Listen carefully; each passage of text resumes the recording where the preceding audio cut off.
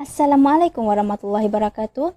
Pada kali ini kumpulan kami akan menerangkan tentang kajian yang telah kami jalankan, iaitu kajian berkaitan dengan pengurusan sisa pekerja oleh isi rumah di kawasan bandar dan juga kawasan luar bandar. Bagi pengenalan kajian ini, terlebih dahulu kita perlu mengetahui apa itu sisa pekerja. Menurut Hasnah Ali, sisa pekerja merupakan hasil bahan buangan daripada aktiviti sosial ekonomi manusia yang dianggap kotor dan tidak berguna lagi. Ini telah menunjukkan bahawa semua manusia akan menghasilkan sisa pekerja sama ada ia berada di kawasan bandar maupun kawasan luar bandar, dan begitu juga dengan isi rumah. Untuk menguruskan sisa pekerja ini, ia memerlukan kos yang tinggi, seperti pada tahun 2014 sebanyak 1.2 bilion diperlukan untuk memungut sahaja sisa pekerja ini. Malahan untuk melumpuhkan sisa pekerja ini dikatakan memerlukan kos yang lebih tinggi daripada kos memungutnya. Peningkatan terhadap sisa pekerja, pembuangan sisa pekerja akan menyebabkan berlakunya peningkatan pada kos pengurusan. Melihat betapa seriusnya perkara ini, pihak kerajaan telah mengambil pendekatan untuk melakukan pengurusan sisa pekerja daripada puncanya, iaitu isi rumah, dengan mewajibkan isi rumah untuk melakukan pengasingan kepada sisa pekerja sebelum melakukan pembuangan. Di sini kita dapat lihat betapa pentingnya tindakan isi rumah. Jadi kita perlu lihat apakah tahap kesadaran atau pengetahuan isi rumah terhadap pengurusan sisa pekerja dan bagaimana pengurusan sisa pekerja ini dijalankan oleh isi rumah. Assalamualaikum dan salam sejahtera. Saya Zainul Arifin bin Sapawi akan meneruskan pembentangan kumpulan kami, iaitu berkaitan dengan permasalahan kajian. Permasalahan kajian ini kami akan membangkitkan isu yang berkaitan dengan masyarakat, iaitu berdasarkan topik pengurusan sisa pepejal. Yang pertama sekali ialah tidak mengambil berat tentang pengurusan sisa pepejal.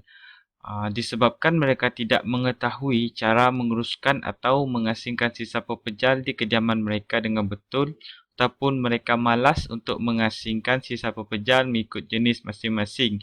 Permasalahan yang kedua ialah penyediaan tong sampah. Tong sampah domestik iaitu tong sampah hijau, tong sampah kita semula iaitu tong jingga, biru dan coklat, dan tong sampah besar disediakan pihak berkuasa. Namun, tong sampah berikut disediakan di kawasan bandar dan juga taman perumahan.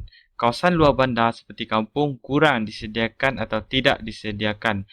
Permasalahan yang ketiga ialah kurang pengetahuan tentang jenis sisa pepejal yang boleh dikitar semula. Seterusnya ialah objektif kajian. Objektif kajian kami terdiri daripada 3. Yang pertama ialah mengkaji tahap pengetahuan masyarakat tentang pengurusan pengasingan sisa pepejal di kediaman mereka.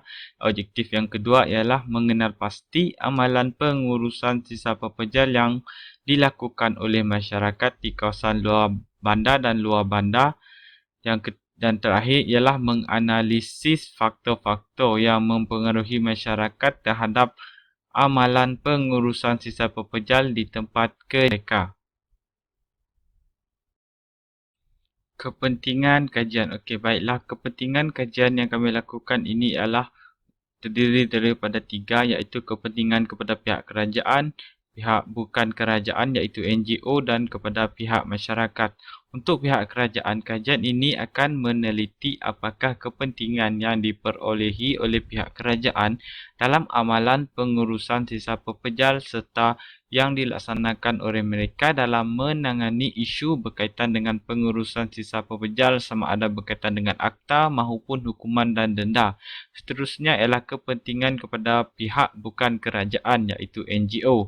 Kajian ini juga akan melihat sejauh manakan oleh pihak NGO untuk mempengaruhi masyarakat agar mengamalkan amalan pengurusan sisa agar mampu memberi manfaat yang baik serta berkualiti kepada alam sekitar dan pembangunan yang lestari.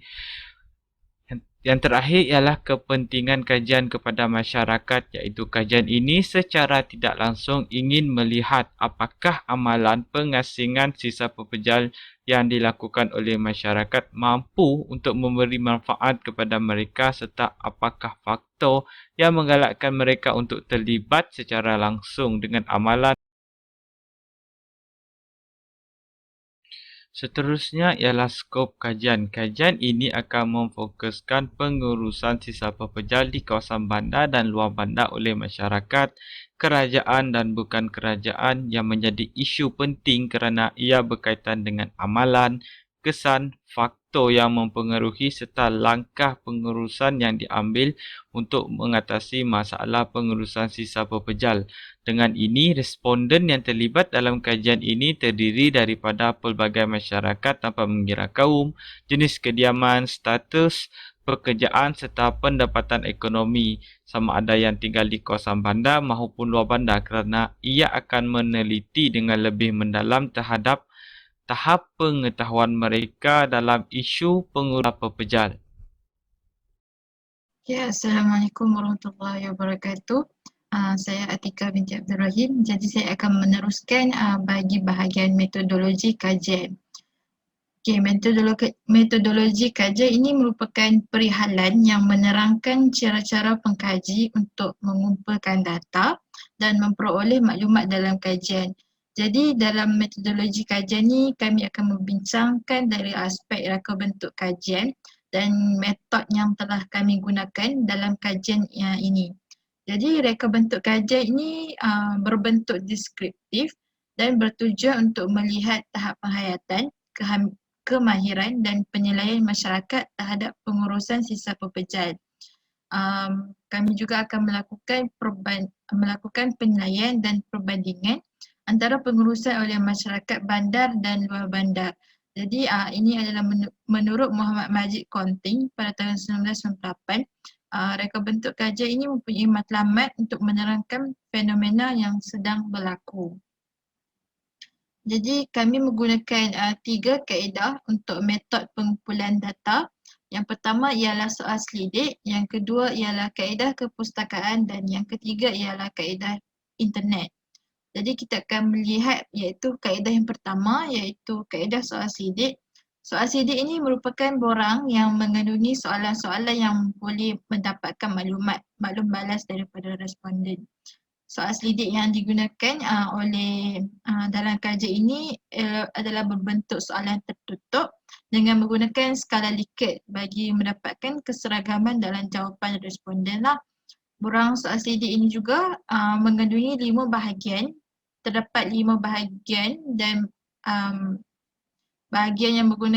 terdapat juga bahagian yang menggunakan kaedah jawapan ya dan tidak, dan terdapat juga bahagian yang menggunakan skala Likert bagi menunjukkan persetujuan responden terhadap kenyataan yang diberikan. Ini ialah kaedah yang pertama iaitu kaedah soal selidik. Dan ini adalah hasil daripada borang soal selidik, maksudnya daripada apa yang telah kami analisiskan. Jadi daripada soalan yang diutarakan dalam borang soal selidik itu kami dapat bahagikan bahawa terdapat 5 bahagian iaitu bahagian A yang menerangkan bahagian responden yang iaitu pengkaji ingin mengetahui dari aspek jantina, umur bangsa, status pekerjaan, taraf pendidikan, pendapatan dan bilangan isi rumah. Dan yang soalan yang kedua iaitu bahagian yang kedua ialah jenis kediaman. Dalam aspek jenis kediaman ini pengkaji melihat iaitu dari aspek jenis tong sampah yang digunakan, dan soalan yang diberikan terdapat 4 item iaitu 4 jenis soalan.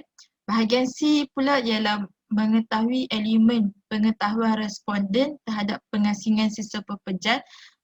Soalan pada bahagian C ini ialah tertumpu kepada barang yang boleh kita semula dan kemahiran kita semula oleh para responden. Bahagian D pula adalah amalan kita semula yang dilakukan yang difokuskan kepada amalan reduce, reuse dan recycle.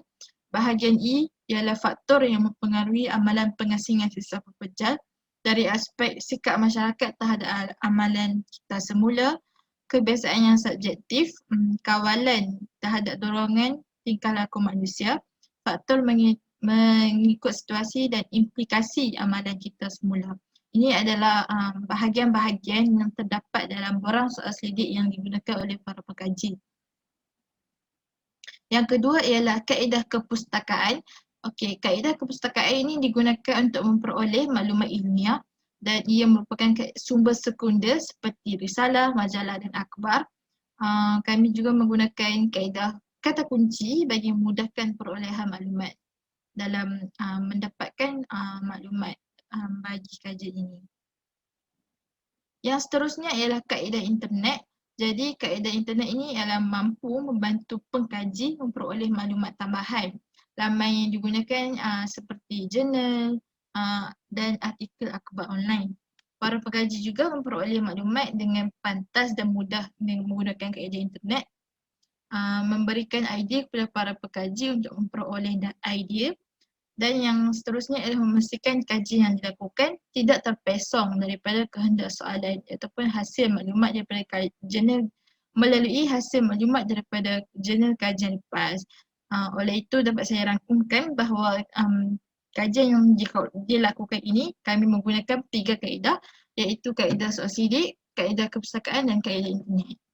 Itu sahaja untuk bahagian metodologi kajian. Sekian. Terima kasih. Saya akan membentangkan analisis data. Yang pertama ialah analisis latar belakang responden.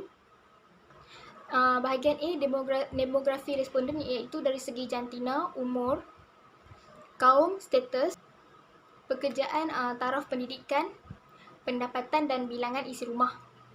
Okey, bahagian B, jenis kediaman. Okey, soalan pertama, adakah kediaman anda tersedia tong sampah domestik? Soalan kedua, adakah kediaman anda tersedia tong sampah kitar semula?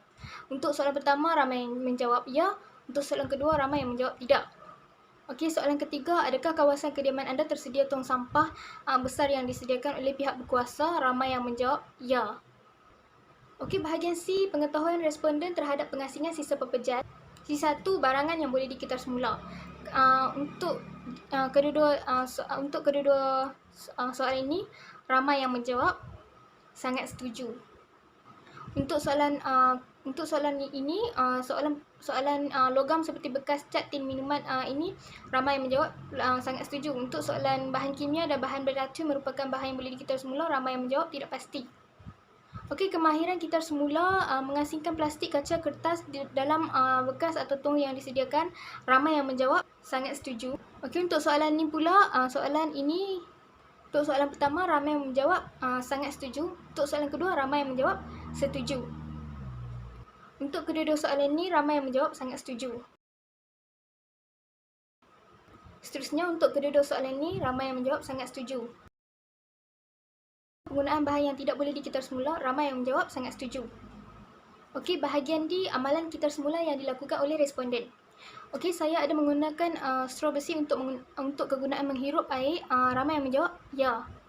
Saya membawa beg atau bako sendiri untuk ke pasaraya untuk shopping, ramai yang menjawab ya.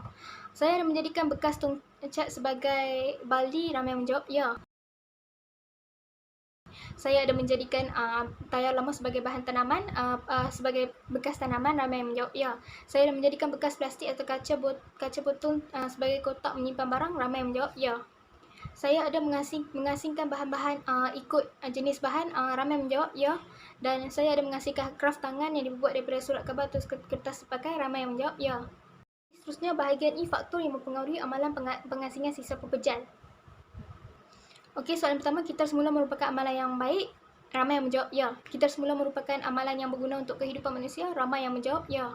Kitar semula merupakan amalan yang mudah dilakukan oleh manusia, ramai yang menjawab sangat setuju. Kitar semula merupakan amalan yang menjalankan tanggungjawab sebagai seorang manusia, ramai yang menjawab setuju. Okey, kitar semula merupakan amalan yang memberi kepuasan kepada diri sendiri, ramai yang menjawab sangat setuju. Dan rakan saya menjadi pendorong kepada saya, ramai yang menjawab setuju. Untuk kedua-dua soalan ini, ramai yang menjawab setuju. Untuk kedua-dua soalan ini juga, ramai yang menjawab setuju. Cara untuk melakukan pengasingan sisa pepejal dan saya mengetahui cara untuk sisa pepejal dari ramai yang menjawab setuju.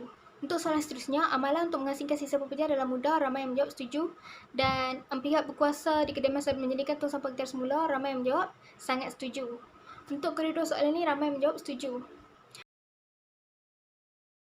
Untuk soalan pertama, ramai yang menjawab setuju, dan untuk soalan kedua, ramai yang menjawab sangat setuju. Untuk soalan pertama, ramai yang menjawab tidak pasti, dan untuk soalan kedua, pusat pengajian bahan kitar semula dekat dari kawasan kediaman saya, ramai yang menjawab setuju. Amalan pengasingan sisa pekerja dapat menjimatkan pembelajaran, ramai yang menjawab setuju. Dan amalan pengasingan sisa pekerja dapat melindungi alam sekitar, ramai yang menjawab sangat setuju. Untuk soalan pertama dan kedua ni, ramai yang menjawab sangat setuju. Okay, untuk soalan amalan pengasingan sisa pekerja dapat memelihara sumber semula jadi dan saya dapat melihat manfaat amalan pengasingan sisa pekerja dalam kehidupan saya, ramai yang menjawab sangat setuju. Untuk soalan kedua soalan ni, ramai yang menjawab setuju. Untuk soalan keluarga, saya mengamalkan amalan pengasingan sisa pekerja dan saya menjadi pendorong kepada rakan saya untuk mengamalkan amalan kita semula, ramai yang menjawab setuju. Untuk kedua soalan ini, ramai yang menjawab setuju. Untuk soalan kedua dan pertama, ramai yang menjawab setuju. Untuk soalan seterusnya, pengasingan sisa pekerja memerlukan ruang kawasan yang kecil, ramai yang menjawab setuju. Untuk pusat pengasingan sisa pekerja di kawasan kediaman saya mencukupi untuk menampung keperluan semua penduduk setempat, ramai yang menjawab tidak pasti. Untuk kedua soalan ini, ramai yang menjawab setuju. Untuk kedua soalan ini juga, ramai yang menjawab sangat setuju.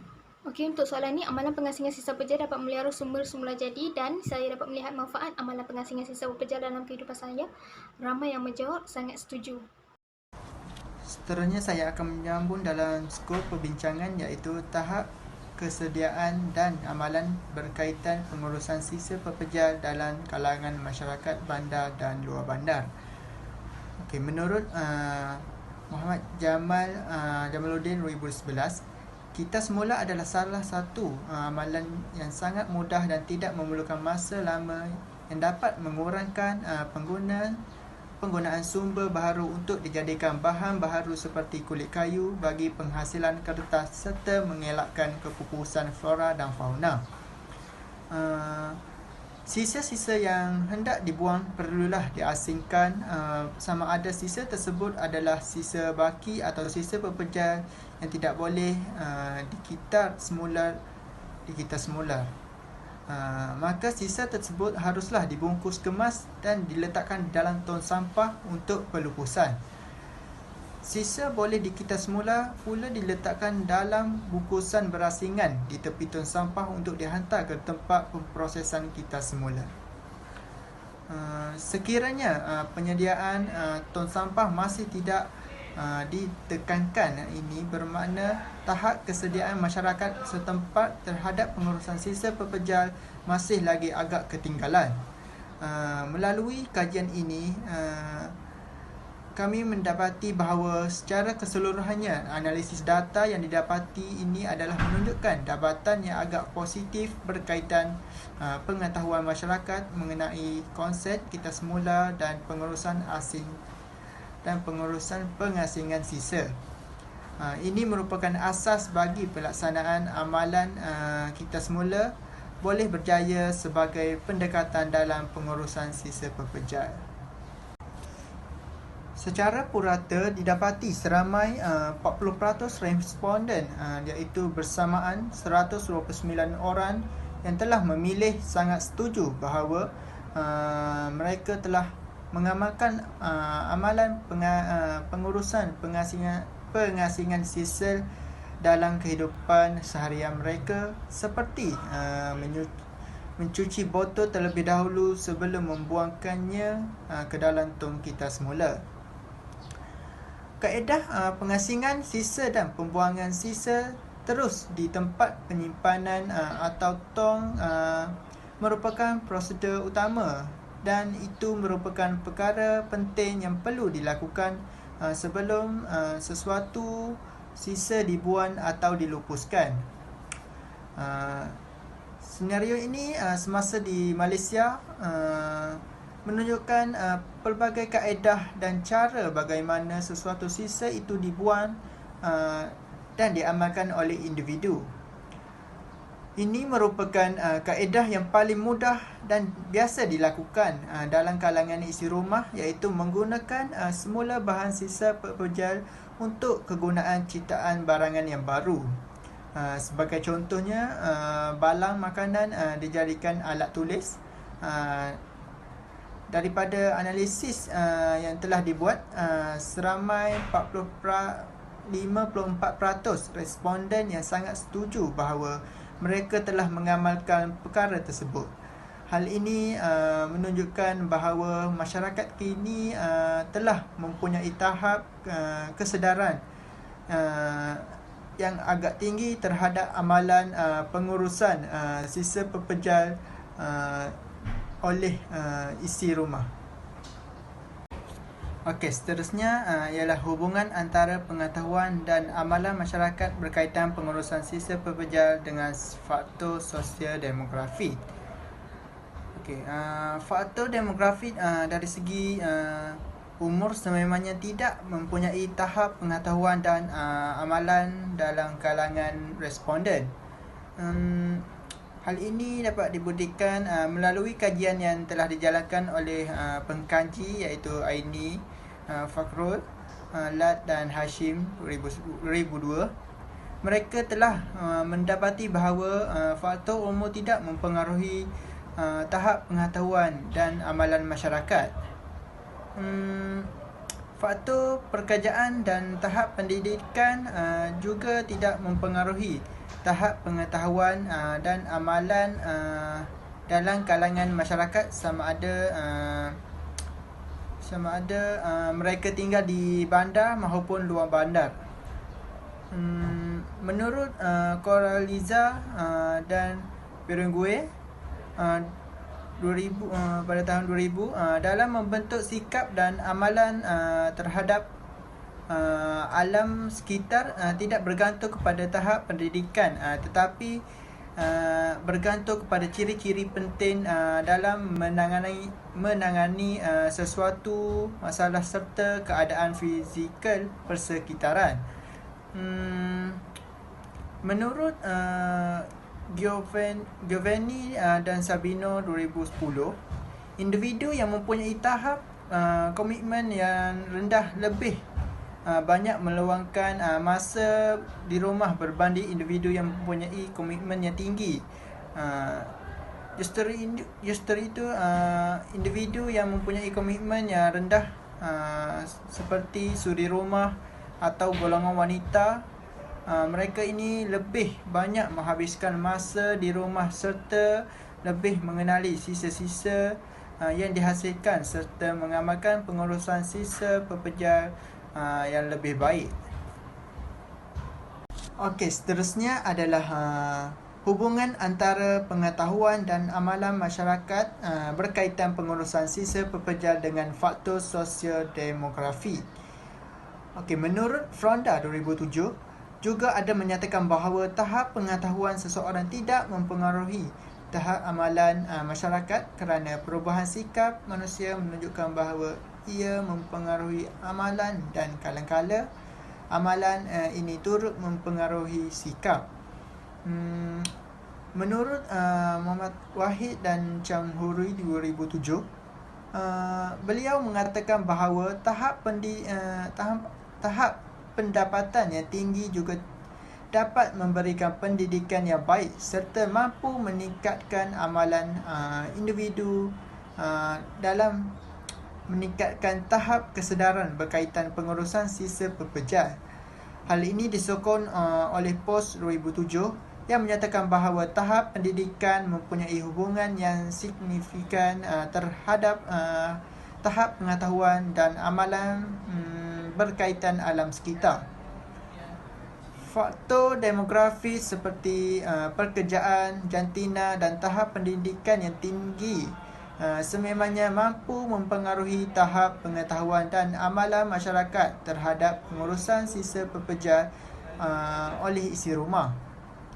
Oleh itu, Giovanni dan Sabino 2010 membuktikan bahawa jelaslah terhadap perbezaan terhadap tahap amalan dan pengetahuan masyarakat di sesuatu kawasan bergantung kepada faktor-faktor tertentu. Seterusnya ialah kebaikan amalan pengurusan sisa pepejal. Yang pertama ialah mengurangkan pencemaran air dan sumber air. Dengan memastikan sumber air bagi keperluan manusia sentiasa terlestari, ianya harus memastikan sumber air di satu kawasan dapat digunakan dengan selamat dalam pelbagai perkara.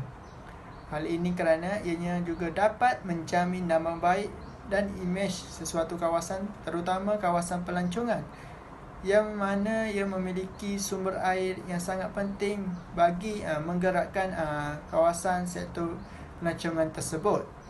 Okey, yang kedua ialah menjamin kesihatan manusia. Dengan mengurangkan aktiviti pelupusan sampah dengan cara membakar secara terbuka, ianya dapat mengelakkan peningkatan karbon dan sulfur di atmosfera.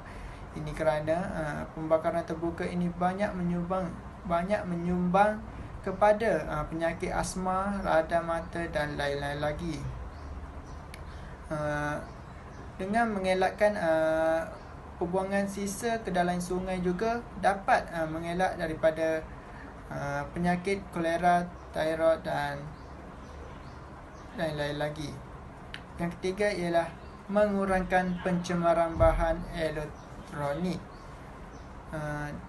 Dengan mengurangkan masalah pembaziran dan bahan lebihan elektronik yang tidak digunakan, ianya dapat mengurangkan pembuangan bahan-bahan yang mempunyai koleksikannya yang tinggi.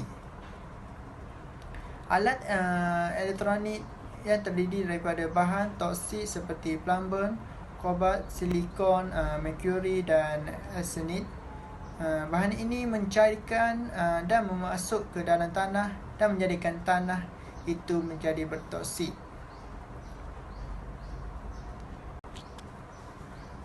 Langkah pengurusan yang boleh dilakukan. Terdapat banyak langkah pengurusan yang boleh diambil. Antaranya ialah menguatkuasa undang-undang.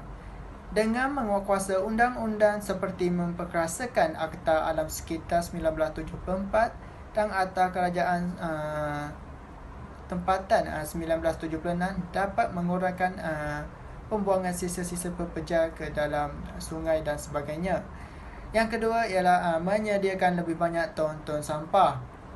Okey, pihak berkuasa haruslah menyediakan ton-ton kita semula di bangunan atau pejabat bagi memudahkan proses pembuangan seperti botol, kertas, tin dan sebagainya. Yang ketiga ialah mengurangkan pengeluaran plastik. Hal ini kerana pengurangan penggunaan plastik ini dapat mengurangkan sisa pepejal, yang mana penggunaan plastik ini sebenarnya boleh diganti menggunakan kertas, dan ianya dapat mengurangkan sisa-sisa pepejal, yang mana sisa-sisa pepejal ini kebanyakannya ialah daripada perbuatan plastik. Kesimpulannya, hasil daripada kajian ini mendapati bahawa isi rumah pada masa kini sudah mempunyai tahap pengetahuan dan kesedaran yang tinggi berkaitan dengan pengurusan sisa pepejal, sama ada berada di kawasan bandar maupun kawasan luar bandar. Faktor jenis pekerjaan dan juga tahap pendidikan mempengaruhi pengetahuan isi rumah berkaitan dengan pengurusan ini. Pengetahuan ini bukan sekadar pengetahuan semata-mata, malah turut digunakan oleh isi rumah untuk melakukan pengurusan sisa pepejal. Sebagai contoh, melakukan kita semula, yang mana aktiviti ini dapat mengurangkan pembuangan sisa pepejal dan secara tidak langsung dapat mengurangkan kos pengurusan. Pengurusan sisa pepejal yang baik dapat mengurangkan risiko yang berpunca daripada sisa pepejal, sama ada kepada alam sekitar maupun kepada manusia. Sebagai contoh ialah berlakunya pencemaran sungai ataupun pencemaran air, manakala kepada manusia pula ialah berlakunya penyebaran wabak-wabak penyakit. Untuk menangani isu ini, pelbagai pendekatan yang telah diambil oleh pihak kerajaan dan juga NGO seperti memperkuatkuasakan undang-undang, mengurangkan penggunaan plastik dan juga memperbanyakkan penyediaan tong sampah ataupun tong kitas semula.